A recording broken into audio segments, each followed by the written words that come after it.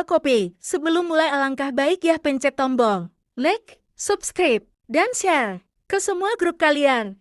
Dan jangan lupa komen, komentar kalian bermanfaat untuk Mimin biar makin semangat.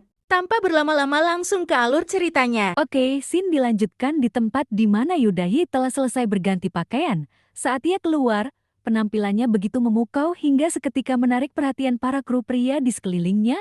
Mata mereka tak bisa lepas dari pesonanya, seolah waktu berhenti sesaat hanya untuk menyaksikan kecantikannya yang terpancar dengan begitu anggun dan tiba-tiba. Apa yang kalian lakukan? Cepat cari pakaian berikutnya, teriak sutradara Choi dengan nada tinggi, membuyarkan lamunan para kru.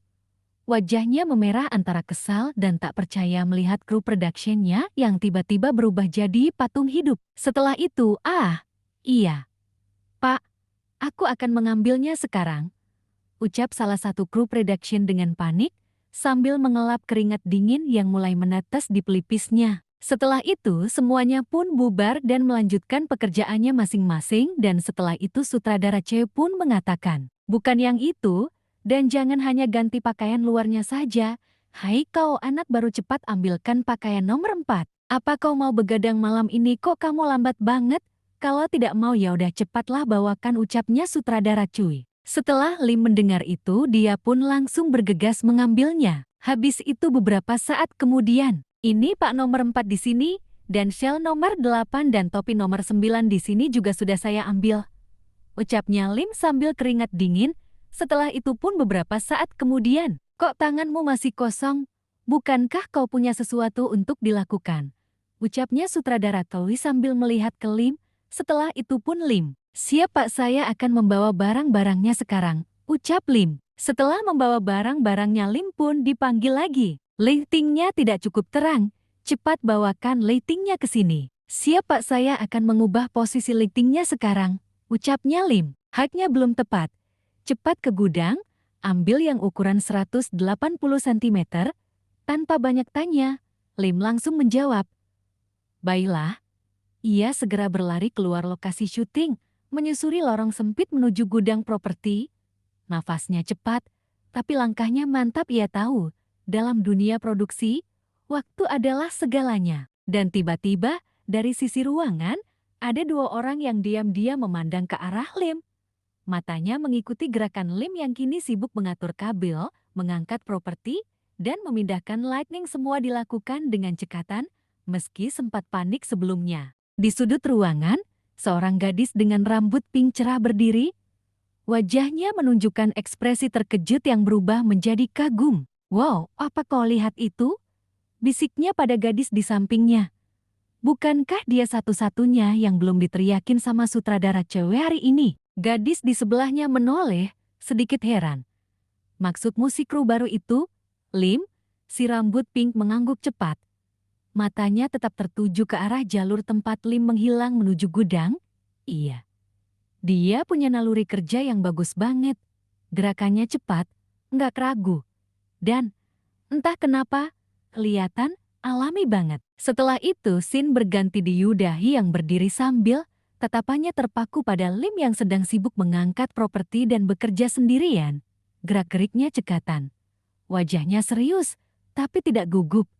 Ada sesuatu dalam cara dia bekerja yang membuat Dahi terus memperhatikan. Dan wanita di belakangnya, seorang stylist tengah mengelap pelan keringat di tengkuk dan bahunya, menjaga agar riasannya tetap sempurna. Orang itu bertanya ke Dahi sambil melirik ke Lim.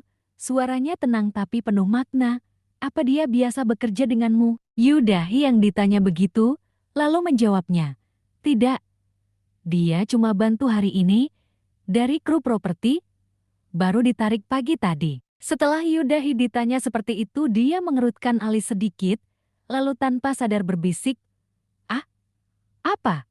Apa dia biasanya seperti ini dalam bekerja? Setelah itu, kita berpindah fokus dari Yudahi dan Lim ke sudut lain dari lokasi syuting tepat di belakang, sutradara Choi, dan ada dua orang yang sedang berbisik. Apa yang kau katakan? Ucapnya ke orang pakai baju biru tua yang di depannya. Sudah, jangan berisik, nanti sutradara akan mendengarnya. Ucapnya sambil panik. Setelah dibilang jangan berisik, setelah itu orang yang pakai baju hijau pun langsung teriak. Sial, Sejauh ini kita berjalan lancar. Bukankah kau tahu sutradara hanya makan sundae dari restoran itu doang? Setelah itu orang yang pakai baju biru tua pun ikutan panik. Setelah itu dia pun mengatakan, "Kenapa kau berteriak meskipun kau mengatakan itu tidak akan mengubah apapun, dan kenapa pemiliknya menutup tokonya hari ini karena kucingnya sakit? Sialan, dari semua hari, kenapa harus hari ini?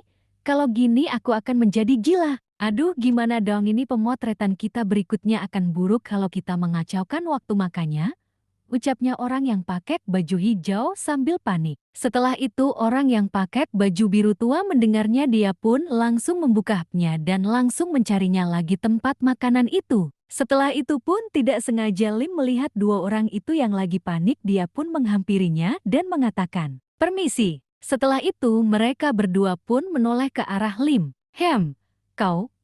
ucapnya orang yang pakai baju biru tua. Abis itu orang yang pakai baju hijau mengatakan, "Apa?" Setelah itu Lim pun mengatakan, "Aku mendengar kalian sedang mencari tempat membeli sundae. Sebenarnya aku tahu tempat sundae, bagaimana kalau kita memesan dari tempat ini saja sekarang? Aku juga sudah pernah makan di sini sebelumnya, dan sundae-nya cukup enak banget." Setelah Lim mengatakan itu, yang baju biru tua pun bilangin ke Lim, "Hei, dengar ini. Apa kau tahu sepemilih apa sutradara Choi itu? Kalau kita memesan di tempat sembarangan." Abis itu orang yang baju hijau pun yang mendengar itu pun menarik orang yang pakai baju biru tua dan dia pun berbisik di sampingnya, "Biarin aja lah. Ayo pesan saja dari sana." Setelah baju hijau mengatakan itu, orang yang baju biru tua pun terkejut sambil mengatakan, "Apa kamu yakin kepengen beli di situ? Tapi kenapa?" Setelah baju hijau ditanya begitu, terus dia pun menjelaskannya, "Hei, dengar ini, kalau kita beli di tempat situ dengan begini, kita bisa menyalakan semuanya padanya." Baju biru yang dibilang begitu dia pun mengatakan, "Hei, jangan begitu. Nih, aku kasih tahu ya. Itu tuh terlalu berlebihan. Dia itu anak baru, nggak baik kalau kita gituin." Baju hijau pun mengatakan, "Hei, ini juga demi kebaikan kita, sudah biarin saja dia yang memesannya." Setelah itu beberapa menit kemudian pesanannya pun sampai dan makanan pun dihidangkan ke sutradara Choi. Setelah dihidangkan, sutradara Choi pun bertanya, "Kau beli ini di mana? Apa ini? Pasti ini bukan di tempat kita biasanya memesan, kan? Dan kenapa kau memesannya di tempat lain?" Setelah itu baju hijau yang ditanya begitu dia pun menjelaskannya sambil keringat dingin. "Ah, itu karena tempat biasa kita beli tidak buka hari ini." Setelah sutradara Choi mendengar itu, dia pun mengatakan, "Kenapa harus tutup, si sial? Padahal tempat itulah satu-satunya yang enak di sekitar kota ini. Semua tempat lainnya itu punya rasa kaldu yang sangat buruk." Setelah sutradara Choi mengatakan itu, dia pun mencicipi makanan tersebut. Setelah mencicipinya, dia pun sontak terkejut dan terdiam. Setelah melihat itu, baju biru tua pun panik dan langsung meminta maaf. "Pak, maafkan saya. Itu sebenarnya bukan saya yang beli, tapi orang baru itu yang..." Tiba-tiba baju biru tua belum menyelesaikan perkataannya, sutradara Choi pun mengatakan, "Wow, ini sangat anak sekali." Setelah itu baju biru pun yang mendengarnya, dia pun kebingungan dan mengatakan, "Apakah saya tidak salah dengar?" Setelah itu sutradara Choi pun bertanya sambil melahap makanan yang anak tersebut, "Wow, kamu beli di mana ini? Apakah mereka mempunyai koki profesional? Ini sangatlah enak dan ini lebih baik daripada tempat yang biasanya. Dan kaldu ini luar biasa, sangat nikmat sekali, seperti meleleh di mulut. Dan yang paling penting, tempat ini tahu cara membuat makanan. Hei kalian, siapa yang memesan ini di sini kerja bagus." Setelah sutradara Choi mengatakan itu, para krunya pun terkejut dan sambil berbisik, "Apa? Hei, apa kalian juga ini pertama kalinya melihat sutradara tersenyum seperti itu? Wow, hebat orang yang dibawa sama Yudahi. Siapa dia sebenarnya?" Setelah itu sutradara Choi selesai makan, dia pun memanggil Lim dan Lim pun mendekat dan sutradara pun bertanya, "Hei anak muda, kamu sangat jago memilih makanan. Jadi aku mau tahu kamu itu bersama agensi yang mana?" Setelah itu Lim pun mengatakan, "Ah, kalau saya sama." Sebelum Lim selesai mengatakan, Yudahi pun langsung mendekat dan menyela perkataan Lim dan mengatakan sambil keringat dingin, "Dia bersama saya Yudahi dari Green Window. Saya baru-baru ini bergabung setelah bekerja di luar negeri menjadi penyanyi. Setelah Yudahi mengatakan itu, sutradara Choi pun ketawa sambil mengatakan, "Wah, benarkah? Kebetulan sekali aku juga membuat video musik setelah ini.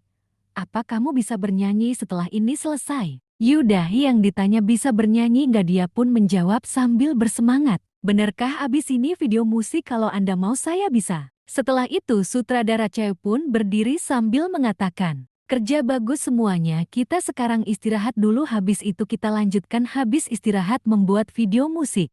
Ini sungguh membuatku jatuh cinta padamu. Kau ciptakan lagu indah, kau senyum semanis.